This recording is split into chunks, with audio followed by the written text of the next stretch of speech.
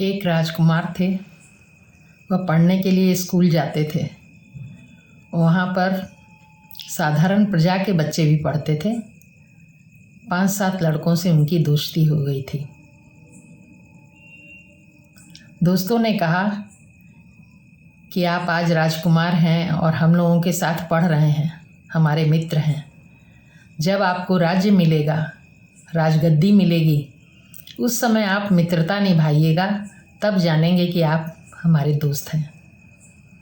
राजकुमार ने कहा ठीक है। समय बीतता गया।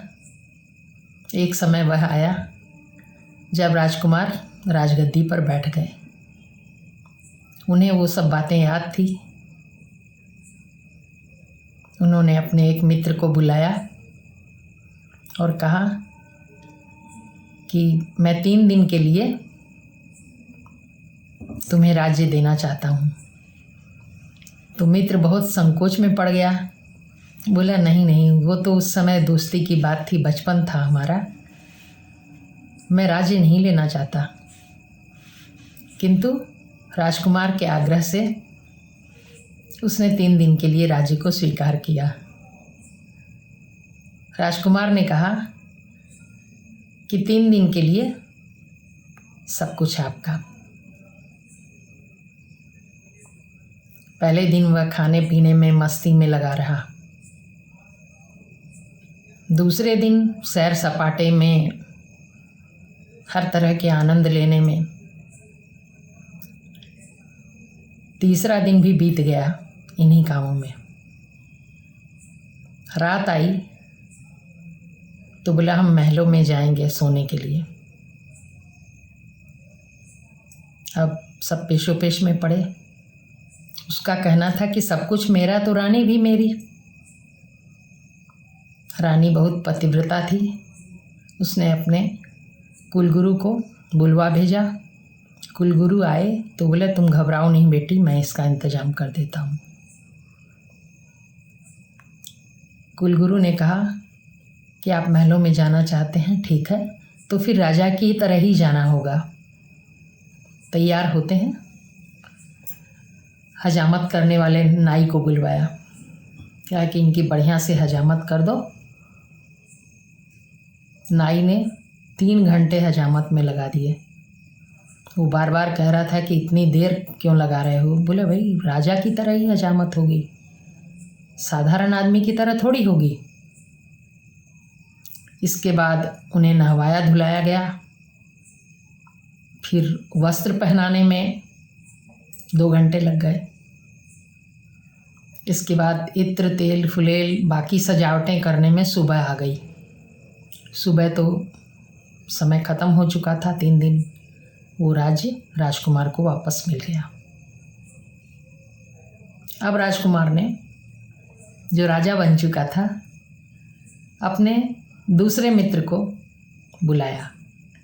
दूसरे मित्र को भी उसने वैसा ही कहा कि मैं, मेरी पत्नी, मेरा परिवार और मेरा घर, ये सब मेरा है।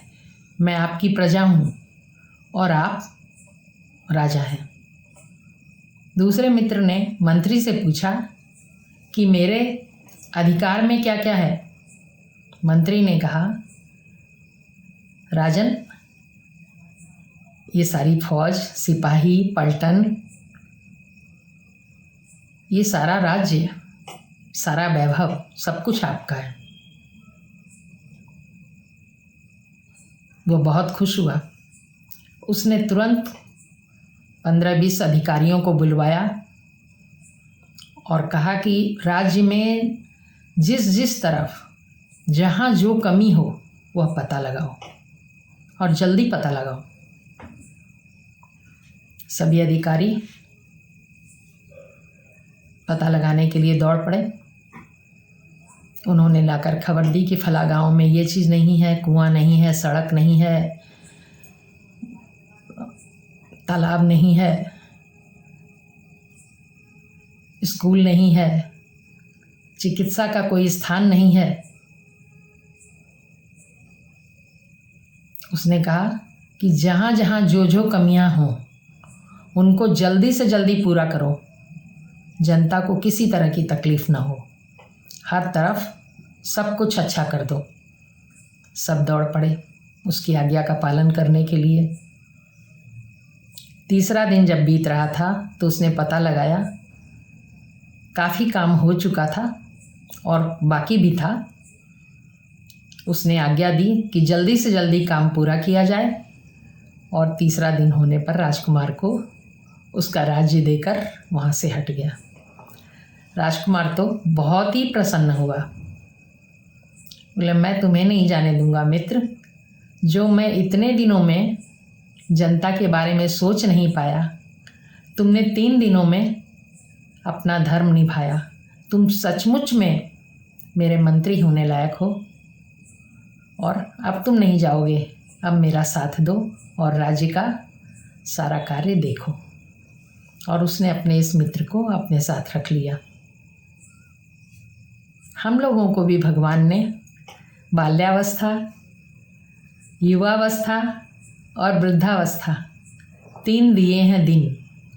इन 3 दिनों का हम किस तरह से यूज़ करते हैं, किस तरह से उपयोग करते हैं, ये हम पर निर्भर करता है। यहाँ जन्म लेके संसार में और सारा समय भोग भोगने में, पैसा कमाने में, पैसा जुटाने, संचय करने में लगा देते हैं, या फिर भगवान को भी याद करते हैं। पैसा तो कमाना ही होता है जीवन के लिए, किंतु उस पैसे में से किसी और का भी हक है, सारा हमारा नहीं है। इस संसार में जो कमज़ोर लोग हैं वो हमारे भाई बहन हैं, जो जीव मात्र हैं, जो स्वयं से नहीं कमा सकते। हम अन्न देंगे तो खाएंगे। ऐसे जीवों को, पक्षियों को, पशुओं को और हमारे कमज़ोर भाई बहनों को हम लोग अगर सहायता देते हैं तो हम सही कर रहे हैं और भगवान का ध्यान करते हैं, भगवान का नाम जप करते हैं, तो हम अपने 3 दिनों का उपयोग सही कर रहे हैं। अन्यथा हम भी उन 3 दिनों को गंवा कर जाएंगे। माता लक्ष्मी हैं, भगवान हमारे पिता हैं। माँ को अगर स्त्री बनाना चाहते हैं उस पहले मित्र की तरह से, तो पाप होगा। भगवान खुश नहीं होंगे, माँ खुश नहीं होंगी। माँ से कुछ मांगना है तो ज़रूर मांगिए, माँ कृपा करेंगी और धन संपन्नता सभी कुछ देंगी। किंतु हम इन 3 दिनों को सही ढंग से बिताएं तो बहुत अच्छा होगा।